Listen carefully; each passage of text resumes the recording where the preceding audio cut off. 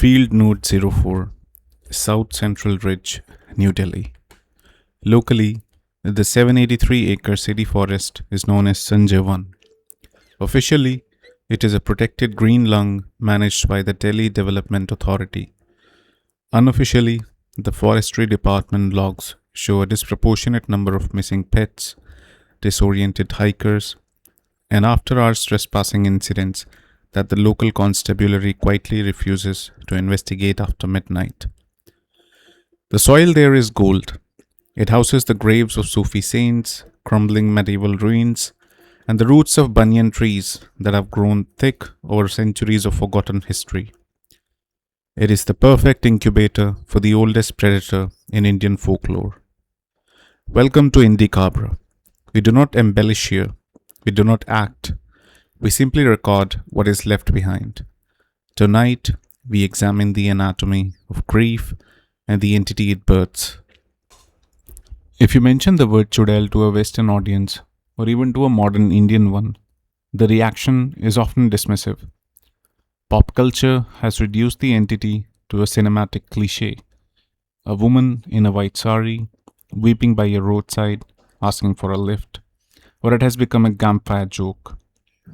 But within the historic traditions of Tantra and localized folklore, the Churail is not a ghost. It is an apex spiritual predator.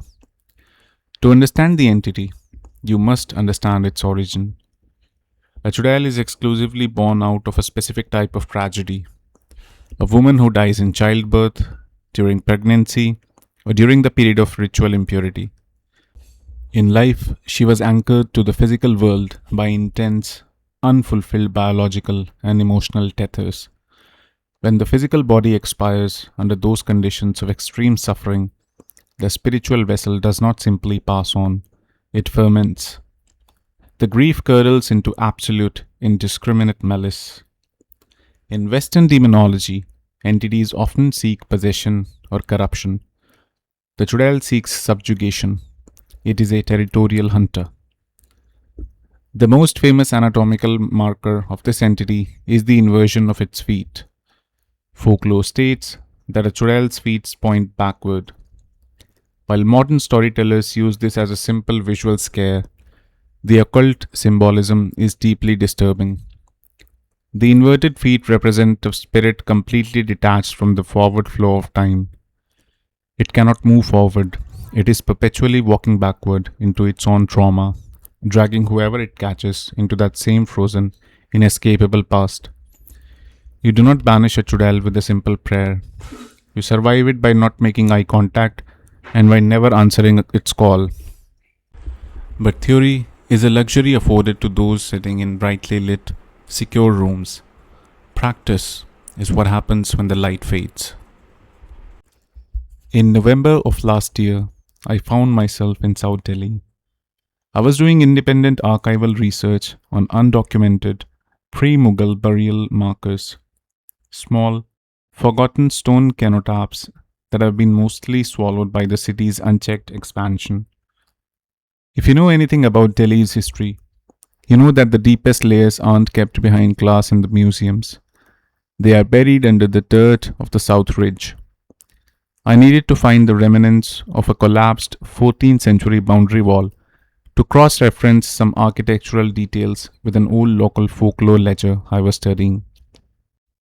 An archival municipal map I had tracked down indicated that the specific ruins I was looking for were located near the dead center of Sanjay 1, completely overgrown by ancient banyan roots and far off the paved walking tracks. So, just before the forestry guards started their evening patrols, I parked my car near the Qutub Institutional Area gate and walked in with a heavy canvas satchel. By 5:45, the golden hour was dead. The smog was sitting heavy over the national capital region, diffusing the failing sunlight into this flat, sickly orange glow. I was about 20 minutes deep into the trails, far away from the paved walking paths, kneeling in the dirt near the base of a massive, rotting banyan trunk, where a section of the ancient stone wall had collapsed. The first thing that I noticed was the absolute absence of birds. Delhi is a noisy city, even in its parks, but the canopy above me went dead silent. Then came the static. The air felt thick, like the atmospheric pressure had suddenly plummeted right before a violent thunderstorm. The hair on my arms stood straight up.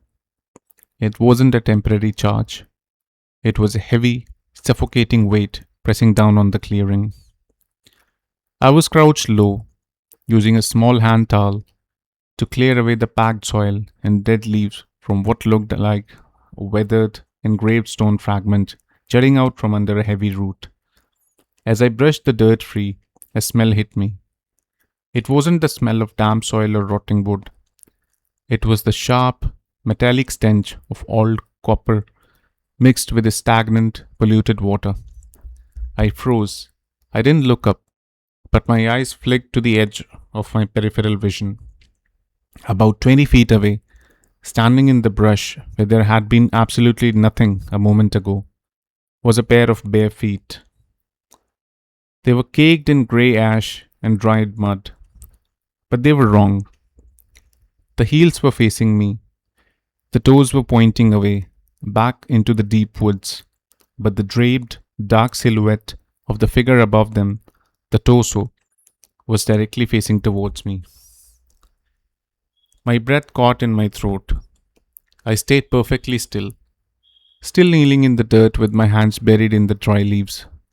My mind tried to rationalize it. A trick of the fading ember light, a strange shadow cast by the smog and the twisting aerial roots. Then, the silence in the forest shattered. It wasn't a scream. It was a sound like two massive pieces of rusted iron grinding together under immense pressure, echoing from the canopy above, from the dirt below, from everywhere at once. The feet didn't take a step. They didn't walk. The figure just shifted. 1 second it was 20 feet away.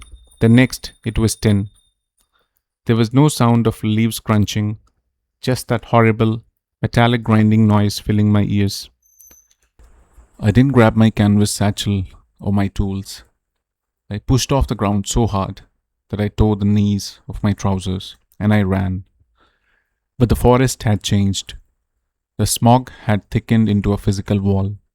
The familiar, twisted banyan roots that I had navigated easily on my way in now seemed to block every path.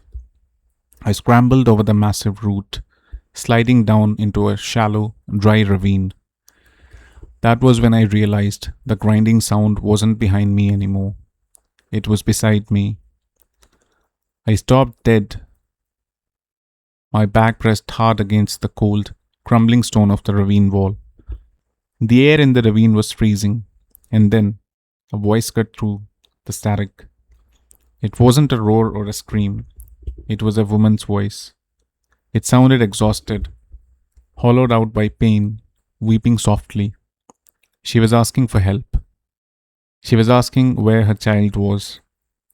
The voice was coming from the top of the ravine wall, directly above my head. I knew the law. I knew the absolute, cardinal rule of the southern ridge. Never answer the voice in the trees. Never look up. I squeezed my eyes shut, pressing my hands over my ears. The weeping stopped. Then, a sudden, violent shower of dry dirt and small stones rained down on my shoulders. Something heavy dropped into the ravine, landing softly on the dead leaves just a few feet in front of me. The metallic smell of old copper was overpowering now. I could hear the slow, deliberate rustle of fabric dragging across the ground.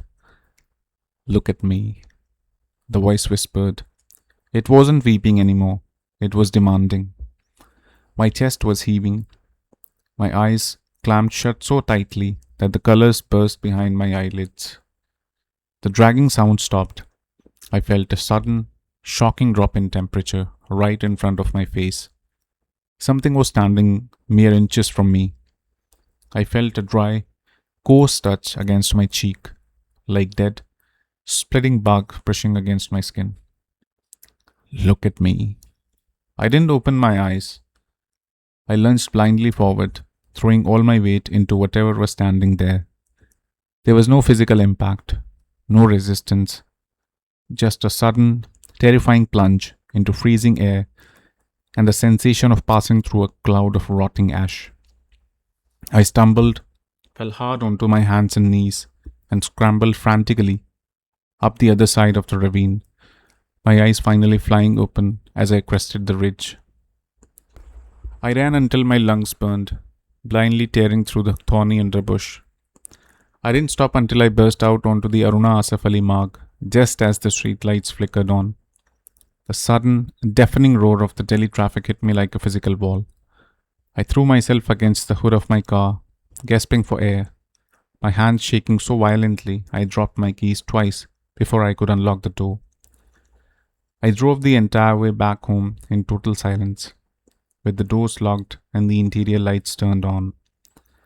I never went back for the satchel. I never published the notes from that specific field log. And I never scrubbed the grey ash off the right shoulder of the jacket I was wearing that night. Because every time I look at it, I am reminded of how close I came to opening my eyes. This is IndiCabre. Guard your surroundings. Good night.